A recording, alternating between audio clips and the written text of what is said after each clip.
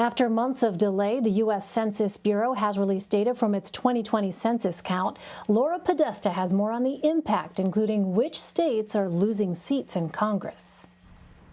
The U.S. population is growing at the slowest rate in nearly a century. Just under 331.5 million people now call our country home. The 2020 census says more Americans are moving south and west. Illinois, Ohio, Pennsylvania, Michigan, and West Virginia are all losing one of their seats in the House of Representatives. Same goes for here in New York, which just barely lost a seat. It wouldn't have if just 89 more people had been counted. And California lost a seat for the first time ever. Cost of living. People aren't moving to California quite the way they used to because it's really expensive in much of California. On the flip side, North Carolina, Florida, Oregon, Montana, and Colorado are each picking up one seat. Texas is picking up two. 4 of those 6 states voted Republican in the 2020 presidential election. Yeah, it's a nice confirmation of what we've been watching, the kind of movement away from California into Texas, largely on the basis of housing costs. Many, though, are questioning the census data because it was gathered during a pandemic. We undercounted people in urban areas, mostly because those are the areas that were hardest hit by COVID, and people did not want to open their doors. In addition to determining how much weight each state holds in the House of Representatives, the census also determines the allocation of hundreds of billions of dollars in federal funding. Laura Podesta, CBS News. Now that we know the place is gaining U.S. House seats, it'll be up to the 50 states to decide how to redraw their maps. The once-per-decade tradition is an opportunity for state lawmakers to exert control over their residents' representation in Washington. Legislators typically have the biggest say, but some states use other methods, like independent commissions. Republicans have total control of the map-drawing process for about 180 House seats in the states seen here in red. That's compared to around 70 for Democrats. Zach Montellaro has been covering this all for Politico and joins me now. Hi there, Zach. So Republican-controlled states are walking away from the process with more seats, and traditionally Democratic states are losing. But as you report, these changes are smaller than expected. So what happened, Zach? Yeah, so it was kind of very surprising. We saw the direction of the movement was expected, like we saw out of the Northeast and out of the Rust Belt to the South, to the Sun Belt, and to the West.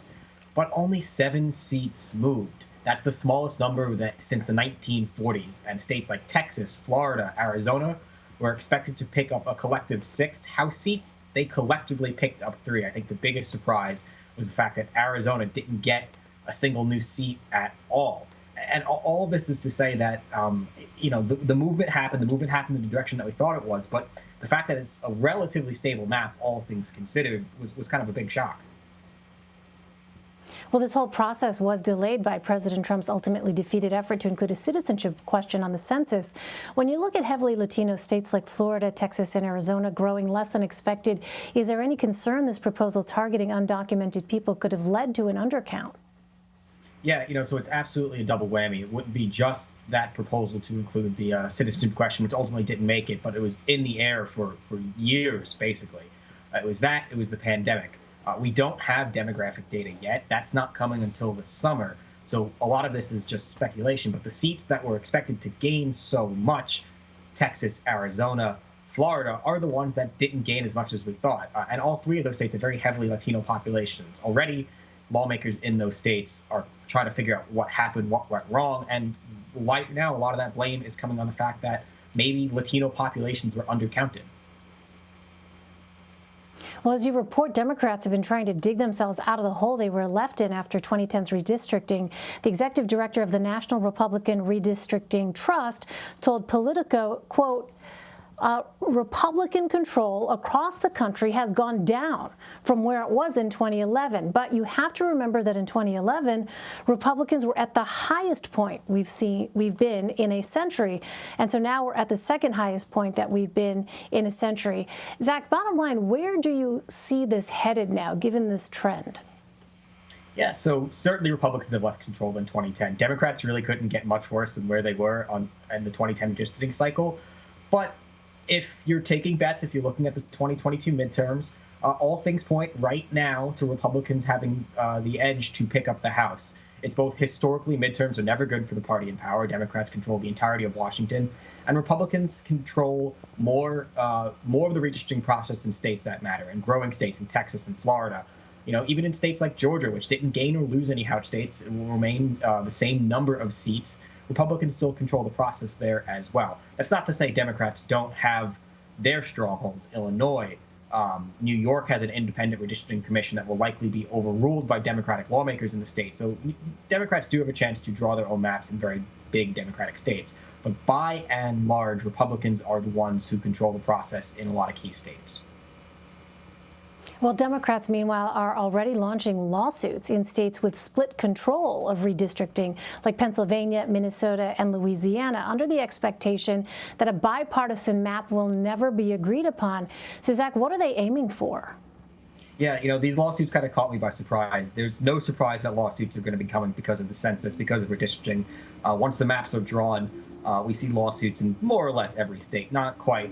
A little bit of an exaggeration, but not by much. But the fact that these lawsuits came so early, we haven't gotten these redistricting numbers yet. It caught me by surprise. But what these lawsuits say, what they're laying out, is saying to the courts, listen, we're not going to come to an agreement in this state. All three of those states, Pennsylvania, Minnesota, and Louisiana, have a Democratic governor, and they have either a Republican-controlled legislature or a split legislature, saying they're not going to be able to draw a map. So listen, courts, you don't need to draw a map now, but you need to start preparing to draw the map. We have a much, much shorter time frame this redistricting cycle compared to last one because of the delay in the census data. So that's probably why these lawsuits are coming now. This entire process, this entire cycle is just going to be very hectic and very insane. It's taking a process that normally lasts a year, 8-9 months, and it's really compressing that into 5-6 months. So it's going to be a lot of lawsuits very quickly across the country. Yeah, I mean, there is so much at stake. We've talked about this before on Red and Blue. When you talk about the census, you talk about redistricting, you are talking specifically about the accumulation and the fight for power and the money that can come with that. Zach Montellaro. Zach, thank you so much. Thank you for having me.